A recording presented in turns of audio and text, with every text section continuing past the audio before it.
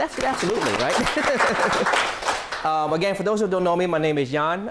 My background is in engineering. I have a bachelor's in aerospace engineering. I also have a master's in aerospace engineering, just in case the bachelor's did not work out.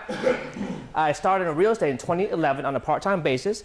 I transitioned over from engineering to IT, of all things, right? Because that's what most of this area hires, IT people. Realizing that most of the people who work in IT for decades still did not have the lifestyle that I wanted. In other words, when they were in their 60s, they were still working and still living in a way that I truly did not want to raise my family in that kind of environment. So when I saw that, I realized I had to do something different, because the definition of insanity is doing what you've always done and expecting different results. Would you agree?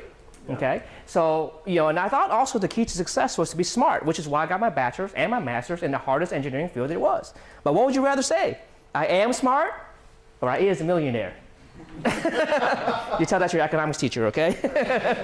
But I think the latter is a whole lot better. We started part-time for 2.5 years, and after that I retired from my full-time job as an IT program manager and started doing this full-time while my wife was pregnant with our 5th child. And that commute from Haymarket, which is where I live, to DC was just no longer doable after the 5th child. There's a threshold. Once you get to so many children, you can't do that commute anymore. Would you agree? Okay, the Beltway, the 66, you can't do that anymore. It's bad for your health. So every month we do these free meetups to get a chance to provide some good content that's relevant to our local market, while at the same time build a strong network for each one of you guys to meet one another so you can build your real estate business, whether it be an agent, an investor, a title company, an attorney, or whatever, okay? So tonight's topic is how to estimate a renovation, okay? So every month we have a different topic, and once you finish throughout the entire year, you should be pretty, savvy about the whole cycle of the real estate investing world when it comes to residential properties. Does that make sense? Okay, you guys ready? Yep. All right, good stuff. So the first slide. All right, why is estimating a renovation very important? How many here are contractors? Good, because we're all investors here, right? Okay, we don't have a single contractor in here, but would you agree that contractors out there can cheat people? Yes, so this skill is very important because you don't want people cheating you, right? You want to be able to also do an analysis without ever leaving your home. Would you agree that we live in one of the most congested metropolitan areas in the whole country? Yeah. So just from getting to your home to see a property could literally be half the day round trip. Would you agree? Okay, so wouldn't it be nice to be able to take a look at a potential deal online through different public records and be able to estimate a renovation without ever leaving your house? Is that a good skill to have? Absolutely, okay? You can make offers on homes without ever seeing it, okay? You also can do this part-time and in your spare time, because while I was still working my full-time job and commuting back and forth to DC, I did not have time to go see it every single property. So this skill was very important for me to be able to estimate a renovation before I ever see the property. Now, if the offer is good and the other party is close to accepting my offer, then because it's now a strong lead, I can now invest some time and actually go to the property and see it for myself to verify my numbers were correct. Also, this skill is important because you don't want to burn your contractors. If there are good contractors out there and there are bad contractors out there. What happens with the good ones if you keep on taking them to every single property without giving them a project? They move on to other better customers. Would you agree? Okay. So you want to be able to an investor where you consider their time and their business as well, so that way you make their time worth it to invest in you to go see these properties. Okay. They understand that not every property they go to is going to be a deal, but they also want you to make sure that you know what you're doing, so that way you don't waste their time and you're one of those what I call one-time wonder investors. You do it one time and wonder what happened, right? Okay. Also, you want to focus on high value activities, okay? As an investor, there are certain things you can do that's considered high value. When I say high value, it means monetary, okay? That's worth a lot of money. And there are also some things you can do that's called low value. Let me give you an example. Would you agree that one of the most challenging things in real estate is finding a deal? Yes? If you have that skill, is it valuable? Yes. Why is it valuable? Because it's difficult. Does that make sense? But also a rehabber should know how to pick up a hammer, right? No. Depends on what kind of rehabber you are, right? But how hard is it to pick up a hammer? Very easy. Very easy, unless it's too heavy, right? It's not that hard to do. Because it's easy to do, it's considered low value because anyone can do it. Does that make sense? Once you come to a point where you learn a skill that rarely people can master, it becomes high value activity. Does that make sense, everybody? What's another skill that most people don't have or are having a challenge with when it comes to investing? Finding the money. Would you agree? Yeah. Okay. If you master that skill on finding the money, would you agree that's high dollar activity? Yeah. Yes. Why? Because it's hard to get. It's difficult. But once you master that, it becomes high value because no one else can master it the same way you can. All right? You can make sure that your pricing is fair from your contractors. All right? Why? Because, again, like I said earlier, there's always good people and there's always bad people. There's nothing wrong with real estate. It's just the people involved. When people are involved, that becomes the biggest variable. Would you agree? There are bad lawyers and good lawyers. There are good burgers and bad burgers. Does that make sense? Okay. You can also use this information to sell your wholesale deals. So for those who are interested in wholesaling, wouldn't it be nice if you have never done a rehab before to be able to go to a rehabber and say, hey, I have this deal. I want to sell for $200,000. The renovation estimate is roughly $60,000. And you have not even seen the property yet, right? Wouldn't it be nice to be able to say that and it'd be almost right on the button because you have the skill? Absolutely, okay? So use that as a marketing tool when you advertise to your buyers list to say, this is offered this much, here's what it's worth after you fix it, and here's how much it would take, how much it will cost to renovate that property. All right? Does that make sense? Mm-hmm. All right. By the way, guys, feel free to participate. I definitely don't want to be the only one talking tonight. All right? All right. So when you estimate renovation, there's a couple pieces of information that you need to be able to accomplish this. First, you need to get the number of bedrooms and bathrooms, very obvious. The total square footage, both finished and unfinished. Okay? Everyone know the difference, right? Okay? You got to find out when the house was built and if it was ever updated. So in other words, if it's a townhouse built in 1980, it is now 37 years old. Okay? And 37 years old, have they ever changed the roof, the windows, the HVAC, the kitchen, or anything? That information is very good to know. Floor plan layout. Is it designed for the 80s and 50s? Or has they opened up a couple walls for today's standards? Okay?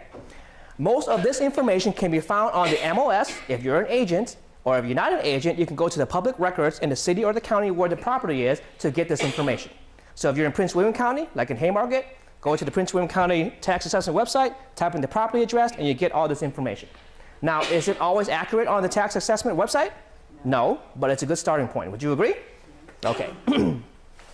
So decide where you want to do business, and then bookmark that website. So you want to do Prince William County, bookmark that. If you want to do Fairfax County, bookmark that. Loudoun County, I think I spelled Loudoun County wrong. Is that spelled right? No. I'm missing the second U. I don't spell Loudoun County wrong, okay? But if the house is in Fairfax City, that's a different website.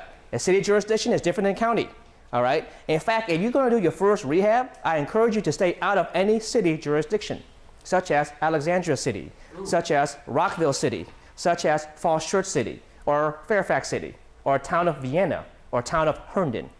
I suggest you stay away from there. The reason why is because their process is so slow, it makes your rehab not worth it, especially if it's your first deal. Get some experience first, and then take on that challenge. Does that make sense? All right. Exit strategy. You gotta know once you look at the deal, what is your exit? Once you enter something, you gotta know when to exit it, right? Okay. Is it gonna be a rental property? Is it gonna be a resale? Or is it gonna be a wholesale? Everything that you do in life, if you're not thinking of the exit strategy, then you're planning to stay there long term, which is not good. Okay? The only time that's good to stay in long term is when you get married. Okay? You should not have an exit strategy when you get married, okay? But once you have a property, you gotta have an exit strategy. Burial. It's a burial? Okay. There is no exit. All right. Once you estimate a renovation, you also want to determine if you're going to renovate this as a rental or a resale. So there's things that you look at when it comes to rental grade versus resale grade. All right, there's going to be certain things that you change and fix when you decide to rent it out, and there's going to be certain things that you change and fix if you decide to sell the property to a new owner. If you plan to rent it out, kitchen cabinets should be the standard cheapest thing there is in standard white. Okay?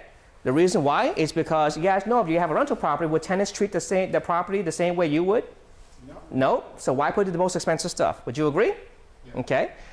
So kitchen cabinets, standard white. Resale grade is going to be a custom design with upgraded hardware. So if there's an opportunity to do 42-inch cabinets, put 42-inch cabinets. If there's an opportunity to put crown molding, put crown molding. If there's an opportunity to put a Lazy Susan, put a Lazy Susan. Okay? Countertops for rental grade, something very simple such as corium or formica will do. Okay, that's not too expensive.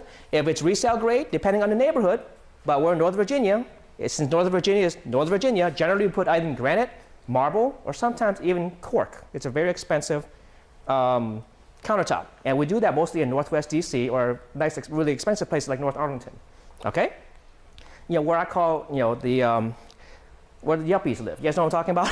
Okay. Yes, exactly, okay. Appliances, okay. What rental grade? It should be the white or black ones. If it's resale grade, stainless steel, there's not much difference. You know, if you get a standard stainless steel appliance package from Frigidaire, it only costs about $500 more for the whole package, the stove, the microwave, the refrigerator, and dishwasher. The flooring, if it's rental grade, standard carpet will do, or laminate flooring, okay? If it's resale grade, hardwood, or ceramic tile, or porcelain, or some kind of custom tile design.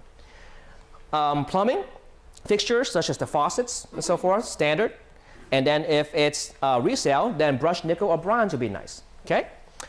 Bathroom shower, standard mold or plastic, and then resale grade with custom tile design. So here's a couple of pictures as an example, okay? This is a kitchen that's renovated as a rental grade, all right? This is a very small townhouse, and you can tell here, if you were to sell this house, it would not pass today's code. Anyone know why? The microwave and the stove are against this other wall here. I'm not sure if there's a refrigerator over here, but it's against another wall. It should never be against a wall because there's a fire danger in today's standard. Back in the 80s, it was not. But today's standard, it is, okay? But you can see here, this is standard fixtures. It is not a deep sink. It is a white dishwasher. There is no Lazy Susan, okay? 36-inch cabinets, very cheap hardware, just one of those handles, okay? And when you open it, it just closes. There is no upgrade hardware such as soft close drawers. Make sense? All right. This is a resale grade, same size kitchen. But you can see here, these are custom 42-inch cabinets with ground molding, with recessed lights in the kitchen, stainless steel appliances, glass backsplash, granite countertops with a Lazy Susan, okay? And pendant lights, and open this. There used to be a wall here that was a pantry. We removed that wall and installed pendant lights to have an open floor concept because this was a resale property, not a rental property. The funny thing is that when we sold this property, it went to a person who eventually rented it out. So, you know, but they paid a pretty hefty premium to get that rental property. I'm not sure why they rented it out. Maybe they moved in and moved out and rented it out later, but that's what happens. There are always amateurs out there, and that's okay. All right? But you guys don't want to be one. Would you agree? Right. Okay. When it comes to a bathroom, here is a standard rental grade bathroom. Standard white vanity with a mold and a shower curtain. Nothing special about that, okay? So it's plastic, and then there's a standard pan. Resale, you have this tiles here. This, I believe these are marble tiles with porcelain tiles, new tub, and a custom vanity. And there's a, you know, you can, this was a townhouse, so we decided to put a shower rod, but generally if it's a nicer home, we'll put a shower door or maybe just leave it open so the new owner can choose what they want, whether it be a curtain or a shower door, okay? So that's the difference between the bathroom with a rental grade versus a resale grade, all right? I love sharing pictures because pictures are worth 1,000 words, okay? All right, so we're gonna go through actual numbers now. How can you estimate the renovation without ever looking at the property? Well, very simple. First of all, we have a very different philosophy when it comes to renovating. I do not want to manage my contractors like some of the HGTV people do. How many here watch HGTV? Yeah. Are you there every single day? Yeah. Yes. See, if I'm there every single day, it's no different than me driving to DC to work every day, right? I got out of that for a reason, okay? So when I hire a general contractor will charge more, but they will manage all the other contractors. So for example, the people putting up the framing, the people putting in the carpet, the person putting in the plumbing fixtures, the person putting the HVAC, and so forth. They manage all that stuff, and all I talk to is one person, and that's the general contractor. It costs more, but it's worth my time because I want to spend my time on high dollar activities versus low dollar activities. Would you agree? Yeah. Okay? I have a question about yes. that. So when you hire a general contractor, do you make sure that the general contractor uses certified subcontractors? It doesn't matter because your proposal with them is that they are Class A licensed and everything in their proposal is on their shoulders. So they could be direct employees to that contractor, or they could sub it out, and it's their responsibility to make sure they're licensed and insured. Otherwise, the whole project falls on them and their responsibility. Okay? So remember, you didn't hire the sub, you hired them. So it's their responsibility, okay? And if you ever pull permits, and it's a renovation property, they're the ones pulling the permits, not you. So they're responsible for any defects they may have if their staff messes up on the renovation, okay? All right, so all estimates here that we're talking about assumes the use of a general contractor.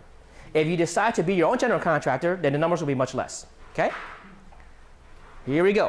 On the permits, are they pulling their name or your name? Their name. And I want that because they're the ones taking the risk, not me.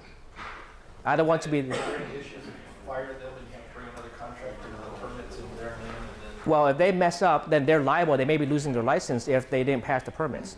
They don't want that. They want to do it right if their name's on the line, right? So, so if they didn't follow through the proposal, they can go through a big litigation process, you know. So yes, you potentially can fire it, but then you have to choose the right contractor the first time. You know, it's best to avoid that, but there is a way to go through that if you have to. They've been through multiple contractors on their projects. Right. So for those people who've done that, I tell them, I shake my head, right? So either you chose wrong or you didn't get it from the right source, right? So for me, the way I choose contractors is that I want to see their portfolio of success. Have they done rehabs before? Those are the best contractors because they know the code in the county where you're doing your rehab in, right? In addition to that, if they refer to me by another rehabber, that's a good sign, especially if my colleague rehabber has done a lot of business with them. So I'm looking for integrity. I'm looking for someone who takes responsibility when there is a mistake. Because no one's perfect. We're all human. Would you agree? Yeah. But the question is, will you take responsibility if there is a mistake at all? Okay? So I have chosen the wrong contractor several times. And I have learned my lesson. And this is why I'm telling you now what I'm telling you today from that conviction. Okay? So another question. Are you going to share these slides so I don't have to worry about like, writing all this down? You can, if you want to email it to me and request it. Okay. I'll send it to you. Okay? Or just take a picture. Doesn't matter. Just email me. It gives me an opportunity to talk to you. All right, so let's go back here. So let's not go through this one. This is fix what's broken, but simple rehab, all right? So there's the rental grade and there's a resale grade, like we talked about earlier. To completely remodel the home with everything in the same location, okay? So in other words, if you're remodeling the kitchen, the dishwasher is going to stay in the same exact location. You didn't move the plumbing. If you're installing a new stove, the stove goes in the same exact location. You didn't move the gas pipe. Okay? If you're remodeling the bathroom, the tub goes in the exact same spot where it went before. The vanity went in the same spot, and the toilet went in the same spot. You didn't do any plumbing or electrical work at all. You're just changing everything and putting it back in the same exact location, and also includes one big ticket item. So the ticket items, the big ones, I consider to be an HVAC, a roof, or the windows. Okay? Those are big ticket items for the house. Okay? So it includes at least one of these ticket items. And generally, you'll need to do at least one of them. Sometimes two, but usually, almost all the time, it's usually at least one. So as a general rule, you don't replace all windows? Depends on the, I mean, if they're old wood windows, then you gotta replace them. But they're vinyl windows that's only 5 years old, we'll keep them, right? They just need, most of the time, they just need cleaning up or some hardware changes or fixes, and that's it. So if they've got storm windows and stuff like that, you always replace those with the aluminum storm windows on the outside? Like storm doors, you mean? Or the... You got the windows and then you got the storm windows outside. Outside that? It depends on the neighborhood. So if the neighborhood still has that in, then yes, we'll keep that and fix that or change that. But if the neighborhood is the transition away from that, then we no longer will do that. Okay. Right? So we always want to look at the neighborhood to make sure that our house is not the oddball of the neighborhood. Right? There was, you know, he's not here, but one person that I know of, a good friend of mine, he did a rehab, and for some reason the permits were improved in a certain way where this Cape Cod, usually a Cape Cod has 2 dormers on the roof, right? For some reason, his only had 1 dormer in the middle. So when I looked at the property, it's like, dang, that looks like a one-eyed monster. You know? But, you know, so it was kind of an oddball, and he did have a little trouble selling that, and he did learn his lesson from that process, okay? All right, so here's an example of the townhouse, okay? Kitchen, notice the stove is over here, the fridge, the dishwasher, and the sink, okay? So when we remodeled that, this is the picture from earlier, same exact kitchen. Can you believe that? Same exact stuff in the same exact location, okay? Stove, microwave, we replaced the range with microwave, with fridge, the dishwasher stayed in the same spot, and of course the sink was over there, but that's not on the picture there. So that. You intended to resell it? Yes, this one we intended to resell it. Mm-hmm. That's glass. It's glass. Okay. Okay, so that is an example of a simple rehab. Okay? A minor rehab includes everything under simple, but also allows you to move a few walls around. Okay? It also has to do with some minor plumbing and electrical work, which allows for things to be relocated. Okay? So on the rental grade, $37 per square foot. Resale grade, $44 per square foot. And the square foot is a number that you use if you plan to work in that space. So in other words, if you have an unfinished basement and do not plan on doing anything in the basement, you do not include that square footage. If you plan to include something, if you plan to do something in the basement, then you include that square footage. Okay? So here's an example of a minor rehab. All right, this is a Rambler in North Arlington. So here was the kitchen. So see here, things are not too cold. You guys remember these old fans back in the 50s or 60s or 70s? One of those decades, right? 50s, okay. And these old cabinets, and you see they don't match, right? You got the white ones, and then you got the wood ones over here. And this is the backyard. Very odd shape.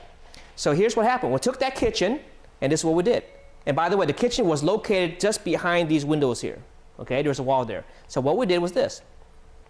We took that, and this is the back of the property.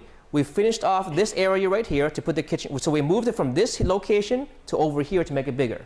Okay? So this location, this picture right here is inside this location.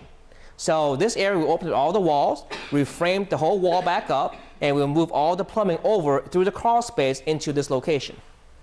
So the same space there, the kitchen is now over here. So we moved it about 10 feet over, the plumbing over here, the stove, the gas line, and the refrigerator, and then we had a nice custom gourmet kitchen, or custom kitchen with an island that looks very nice and open. Okay? All right, so that's an example of a minor rehab. Okay?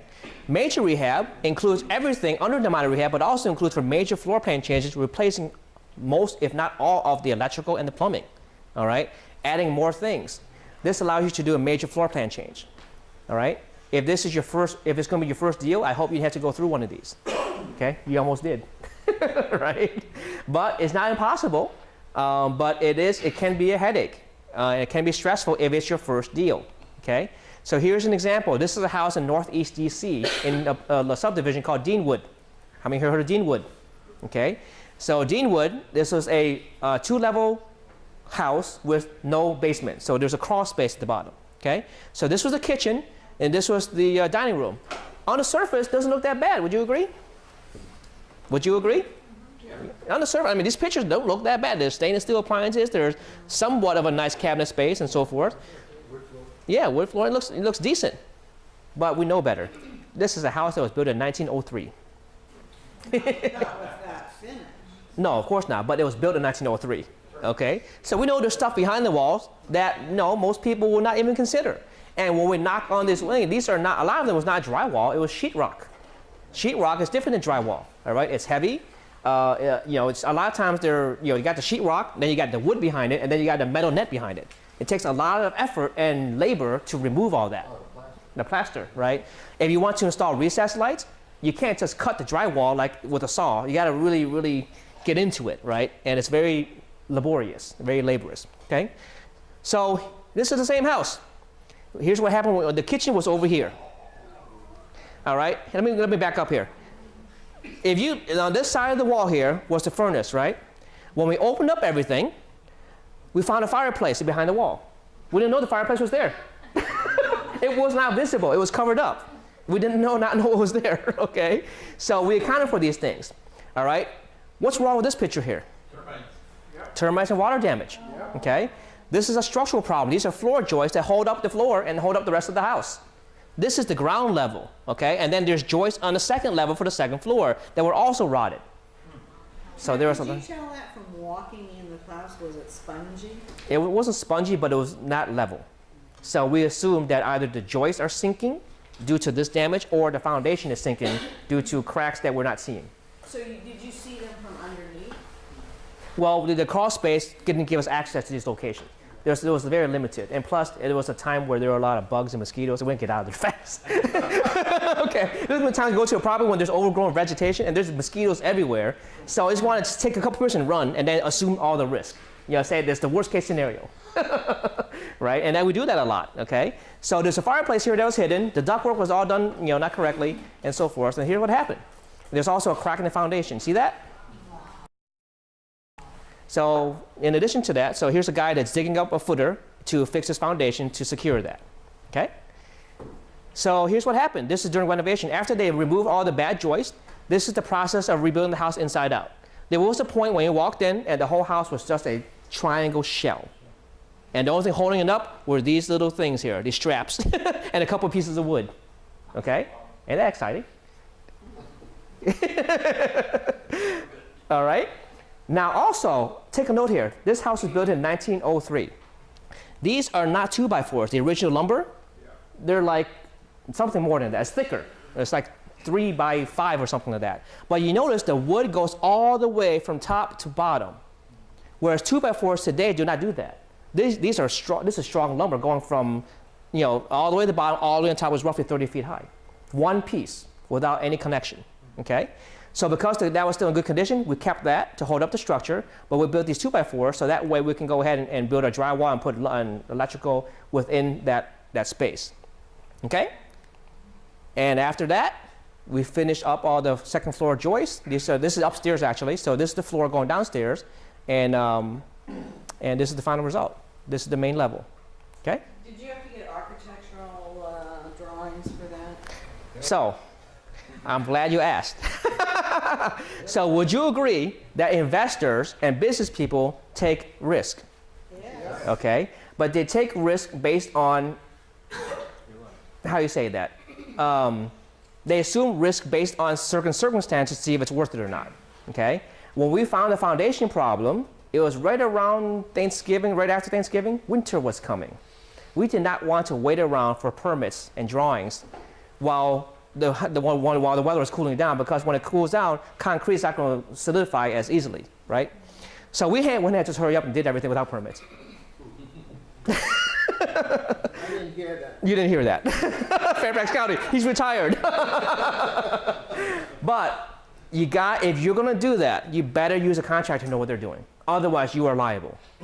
Does that make sense? When you sell the property, you got to use a contractor who knows what they're doing. And this guy, I trusted him with my life. He knew what he was doing. And if there was a problem, he'd always come back and fix it. Always. Okay? And that was in D.C. Northeast DC. DCRA is not the most friendly. It would have taken forever, exactly.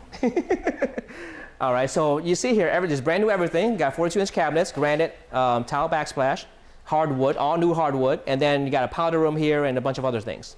Okay? So that is an example of a major rehab. So which ones are you guys most excited about? Simple, minor, or major? All the above, exactly. Depends on the deal. That is the correct answer. Yes, question? On the major rehabs, I mean, that house was what, 1903. something like that? Yes. I mean, do you say something like a house older than 1950 is going to be a major rehab, something like that? Great question. Generally, if it's in the 80s and beyond, mostly it'd be simple, right? Between, let's say, 50 to up to 80 could be a minor because you have to move some walls around. And then most of anything in DC is always a major. I've never done a simple rehab. Unless it was renovated in the last 10 years, I've never done a simple rehab in DC. It's always been a major. So say total gone. Yes, because the best opportunities are the ones with the most problems, Yeah. right? But let's say you bought that house that you rehabbed without getting permits, and it's been 10 years and it needs a little updating. Right. You're going to go in and you're going to find out that it wasn't permitted. Now, Right. at some point, they could say, you don't have the permit to have this like that. You need to bring it up to code. Okay, so here's a couple of things about that. That's good and bad. So if the previous owner did some work without permits, that is a negotiating point. Say, well, you didn't do this right, right? So I got to get this up to code. You negotiate the price down because of the unpermitted work that they did, right? If it's a short sale, that's even better. Say, this is not to code. This was done by the previous owner, and therefore you should sell at this price because it needs to be done to code. So that's one point. Number two, if it's not done properly, when you renovate it, it's going to be done properly if you use the right contractor. All that's going to be fixed. Okay, if it's done properly and the buyer's home inspector comes in and sees it's done properly, then you're good. Okay, the biggest thing is that to make sure you solve all the defects that were not done properly. Okay, for example, one of our students recently did a rehab, and they found out that there was open permits from the previous owner that was never closed out. Well, when she renovated that, she didn't know that beforehand. When she renovated it, her contractor took care of all the open permits and solved all of it, and then closed it all out and done it all and did it all right. So that way, there's no future problems when she sold the property. Okay? Question? Yes. So what areas would you say these prices are good for around here? Anywhere in the DC metropolitan area. Yes. Not Baltimore, not Richmond, anything in the local DMV area. Because I'm seeing numbers like, especially if you get, you know, Arlington, DC, closer to DC, these gut jobs are closer to like $70 to $80. It could be. Depends on what you're doing. Like if you're doing more exterior work than normal, like for example, you gotta change the brick outside, you gotta paint the brick outside, you gotta fix the retaining wall, install a driveway, things like that, then yes, it would be more in that $70 per square foot range. So for example, this one here, this house, in the backyard, for example, there was a alley access to the backyard, but there was no driveway. So we built a driveway, right? Because off-street parking was very valuable in DC compared to non-off-street parking, right? So those things that we had to add in adds up. Actually, so this one was actually a little bit more than 58 because of the exterior work that we did that was not included. So this estimate is mostly for interior, okay, interior. But if you're going to do like a one big, let's say the roof is good, the windows are good, and the HVAC is good, you need to do siding, right? Well, siding is your one big ticket item, right? Unless you choose hardy plank or something like that, then it's more expensive. Okay? Does that answer your question, sir? Okay, great question. Yes? $58 fitting for the DC one? Yes, yes, but interior, right? Depending on what you need to do. And I'll show you a couple examples later on how you can use that to negotiate, to kind of know where you're doing when it comes to interior versus the exterior, okay? So do you remember your numbers on this? I mean, where you got in and what you got Oh, the numbers here. So the renovation, this one cost, if I remember correctly, roughly $135, all right? And it was roughly 1,700 square feet, if I remember correctly. So take 1,700, multiply by that, it's less than that, but then we had to do the exterior work on that. Okay? A little over 100. Yeah, a little over 100. Okay? And then you sold it? Well, this is one of the ones that I wanted to forget, by the way. So that's why I don't remember all the exact number. We bought it for $155. We sold it for $380. $380. Okay? Had there already been some uplift in that neighborhood? Good question. There on that street, down the street was a police station. You don't want to be, like you said, you don't want to be the first. We didn't want to be the first one, Yeah. but next to our house was an abandoned house. The other side was a nicer house, and another one was an abandoned house, and then there was a police station down the street. So, I don't know what to say about that, but but it's DC, it's urban, right? So when you're in an urban environment, you expect these oddball things in the locations, okay? And the good thing about it was not too far from Metro, in the Deanwood Metro. Right. So that was a good selling point. Okay, any questions? Good stuff so far? Yeah. All right, so here's an example. I love examples, okay? All right, so let's go through a couple of pictures. You guys want to see some pictures? All right. Whoop. Okay, so here's a property in Southeast DC. Okay, let's take a look at this right here. So a couple of pictures. This is a Cape Cod. All right, just looking at that picture right there, what do you think guys think this would be? Simple, minor, or major? Major. Why? It's old. You can tell that this house was built probably in the 40s. Once you get some experience, you can kind of gauge the house's age just by looking at it, right? And you know the neighborhood as well. So this was built in the 40s, like the World War II era, okay? Most houses in DC are going to be dark. Yes, exactly, unless it's new construction, okay? So you got a lot, by the way, when you see this stuff here, it's not a big deal, okay? But you can use that as a negotiating point. It's like, oh my gosh, look at that vine. It's poison ivy, whatever it is, right? Infestation. But you can tell here that it's going to need a new roof. You can tell easily it's going to need new windows. You can tell easily it's going to need a new front door with the frame around it, right? A lot of things, new garage door and everything. So, not at that point in time, but they were 2 months before, but it was an estate sale, a person passed away, okay? But see, you can tell here that this pop top was done recently, so there's new windows up here. See that? So this was done, this new siding, so that was not too bad. So upstairs was actually not too bad, okay? Was that a single family home? Yes, Cape Cod single family home, All right, and they got a little porch area here. All right, in the backyard. What do you think about painting brick? What's that? What do you think about painting brick? I love painting brick. I love painting brick. I have some friends that Oh, absolutely. So you gotta make the house look fresh again. So let's take a look at some numbers, okay? So above grade was roughly 1,288 square feet. That includes the main level, the main level in the basement was 1,200 square feet, all right? Upstairs was 700 square feet. Major rehab was done to the main level and also the basement, okay? Upstairs, there's an existing full bath and 2 bedrooms. We didn't really do much there other than move a couple things around, install some recessed lighting and stuff like that, okay? So it was a minor rehab. Usually that would be a simple rehab in Virginia. It was minor upstairs because it's all sheetrock upstairs. We had to take it all out and then replace it with drywall. All right? So you add it all together. The total estimate, sight unseen, add it all together, sight unseen, all right, was about $105,000. Actually, I don't know why these numbers, I think I copy and pasted the wrong numbers. Ignore these numbers, okay? But this number plus this number is equal to this number. Okay? I was doing this late last night, so I apologize. Okay? Don't do things late at night. All right? Actual cost of 105. How about that? All right? And here's some after pictures. So the interesting thing you did there is you mixed the rates by floor. versus Yes. Just picking one rate to do the job on the house. Correct, because, you know, remember, I said earlier, if you're not going to work in a certain space, don't include that square footage. If you're not going to work in the basement, don't include the basement. Okay?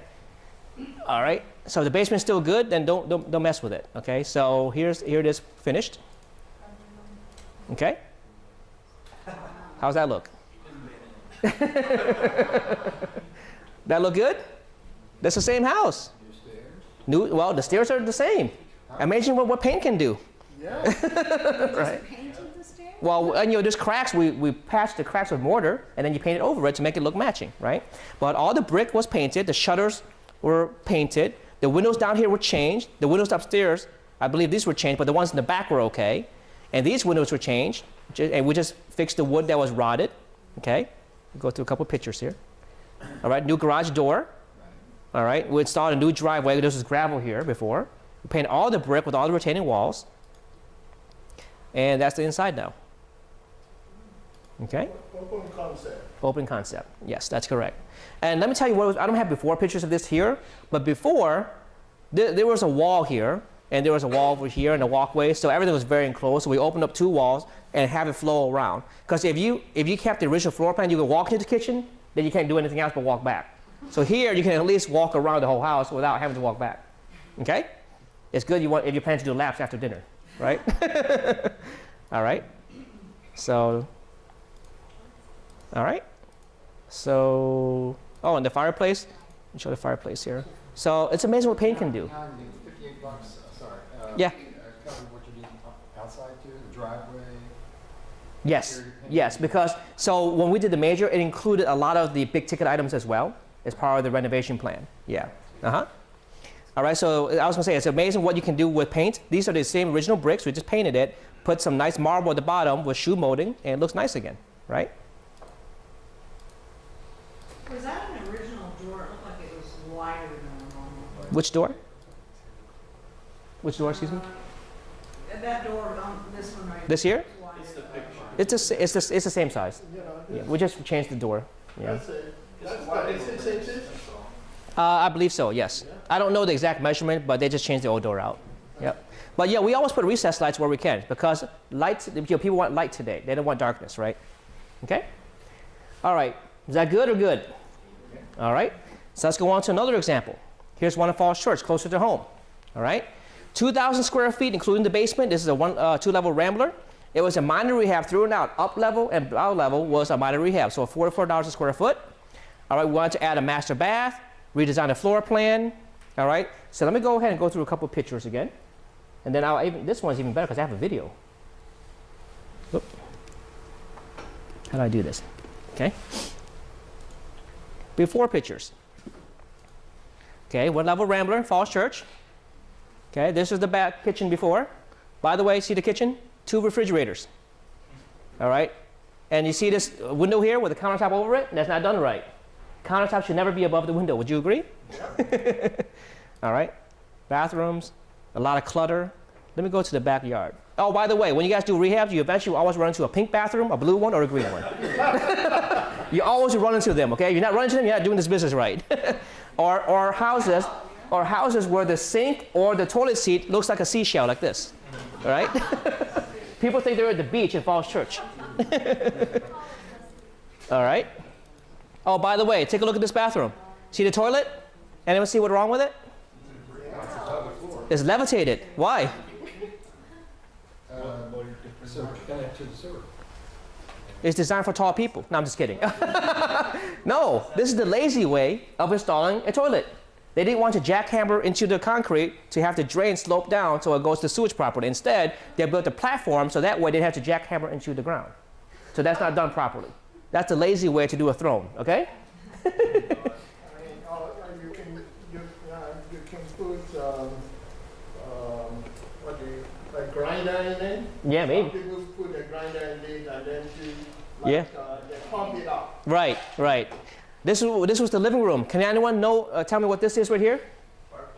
Fireplace. It was covered up. They used it as a bedroom. This Rambler with 2,000 square feet had 8 families living in it. There were 8 bedrooms. They built walls and made 8 bedrooms in 2,000 square feet. It's crazy. It's a backyard.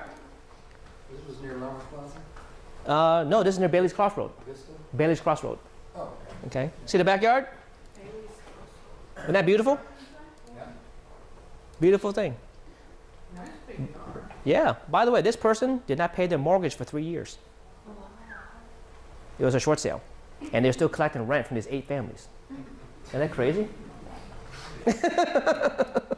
And he's still making money as a contractor. You see all those tools back there? Did they legally have 8 people on it? No, of course not.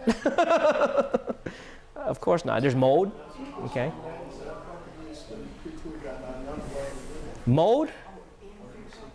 Mold is your friend. When it comes to rehabbing, okay? Mold is your friend. All right, let's take a look at what happened afterwards. This is the same house. Okay? The roof was good. We didn't change the roof at all. Okay? There's a kitchen. We took out the second refrigerator. We did not replace that. Okay? You don't need 2 refrigerators. I don't know why, but Asians love 2 refrigerators. Would you agree? Either that or a freezer. I don't know why. Almost everybody has 2 refrigerators. Oh, okay. One in the kitchen and one downstairs. One downstairs? Oh, okay. Well, Asians like to put it in the garage. And you got 8 bedrooms. And you got 8 bedrooms. All right. So let me show you the backyard. I can get to the backyard real quick. You guys remember that backyard? Get to the backyard. Okay. There's a backyard. Okay, so you guys remember that little thing? We didn't do anything here other than clean it up, power wash it, and then paint the ground, paint the concrete. And here's the backyard. All the junk was gone. All we did to the backyard here was paint this, we installed new rails, and put some gravel here because the ground here was too hard for grass, so we put some limestone there to make it decorative. Okay? Alrighty, so let's look at some numbers. We added a master bathroom. We redesigned the floor plan to include a small breakfast room. We moved the kitchen appliances to make it more functional. Oh, I have a video. I forgot if I had a video. You guys want to see that or no? No? Okay. All right. So this is the front. This is before renovation. All right. See all the junk back there? See the shutters are white. We eventually painted it black. We chose black because we have black mulch, right? So that way it matches. All right, so let me fast forward. Okay, walking on in. First thing you see is a green floor. That's green, by the way. It's not showing very well, it's green. All right, that wall to the left, supposed to be a living room, but they changed it to a bedroom. Did you replace the hardwood? We refinished it.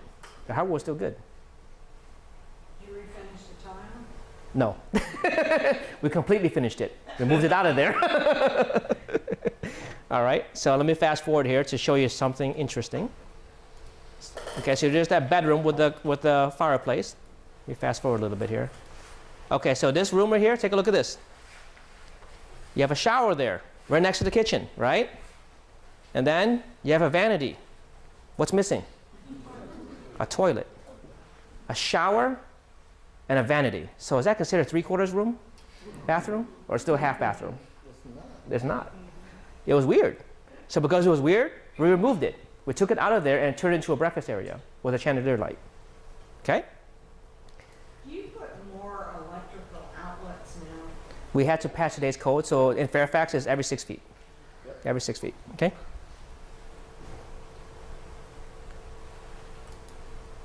Okay. And let's see here. There is nothing in the basement. Let me see. Yes, there's a lot of clutter. A lot of that clutter will stay behind, by the way. And a lot of times when you buy the house, it stays behind. And just part of the project rehab is cleaning out that stuff, right? Sometimes we do that for the purpose of getting to know the neighbors and getting more leads. There was a time we did in Vienna when my kids were still young. We did a little garage sale so they could earn money before school. And I met so many neighbors telling me the whole history of the neighborhood. It's like, oh yeah, so-and-so just passed away and they left this to their son. It's like, really? What's the address? You know, and of course we talk and meet the neighbors. And then those were great lead sources just by meeting the neighbors. And it's, guess what? Did it cost anything to do that? No, but my kids made $85 that day. Isn't that great? No allowance that week. All right. So total estimate, sight unseen, was $88,000. 2,000 square feet, $44 per square foot, $88,000. Total actual cost was $75,000. The reason why was the roof was still good, the HVAC was still good, and we did not need to replace the hardwood if we refinished it instead. Okay, so it came out better than we expected, which was great. Okay? Any questions about that example? Does that make sense? Yes. Okay, good stuff. That concludes our presentation. Was that good or good? Awesome, guys. Well, if you guys are a social media person, unlike myself, please check us out on Facebook and like the page so that way we can stay updated with some free videos and free content on that Facebook site. In addition to that, we do have a wholesale and boot camp coming up for those who like to learn how to wholesale a deal.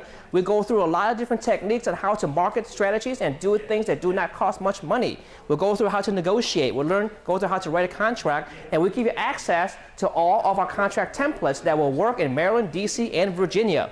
Okay? You get access to our preferred vendors and learn how to average $10,000 to $15,000 per deal. Okay? You learn how to sell your contract and get refreshments and food. How much would that cost? My little girl is passing out the flyers, by the way, so please support her. This is for her college fund. Okay. How much does that cost? $799. Is that reasonable or unreasonable? Reasonable. It's reasonable. Why is that? Why is that reasonable? The content. But how many here have ever been to other trainings before? How much do they cost? 15, How much? 200. Well, how much does the first one cost? Oh, you mean your training? No, not much, but the other training, other companies out there, what they do is they let you in for free first. And then you pay between $200 to $1,500 for a weekend. And then after that, they sell you the Big Mama class. Between $30,000 to $120,000. We don't do that here, okay? We actually give you everything on day one on how to wholesale, because wholesale is not that hard, I guarantee you. It's not that hard, okay? And to add insult to injury, the $799 is refunded to you after we do a deal together. Is that even better or better? Right? The reason why is because we don't want to make money off training. We want to make money doing deals with the public like you guys, so when you win, we win as well. Does that make sense, everybody? Okay, good stuff. So you guys are interested in that? It's going to be on a Saturday. It's going to be held in our office in Fairfax. All right, we have one in Fairfax City. It's going to be 9 to 5, August the 5th. It's a Saturday. All right, to register or get more information, you can see a couple of videos and testimonials online, our testimonials. So go to fortunehomesteam.com and see that website. That website is on the flyer as well.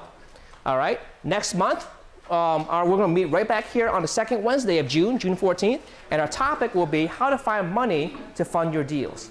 Remember the challenges that people have in real estate are either to find a deal or to find the what? Money. Money. So next month, would you agree we can solve that problem altogether? Yeah. Absolutely, guys. So thank you very much for being here. What we're going to do now is break and turn the music back on and go ahead and give you guys a chance to network and meet one another and hopefully do some business together, all right? Thank you very much, guys.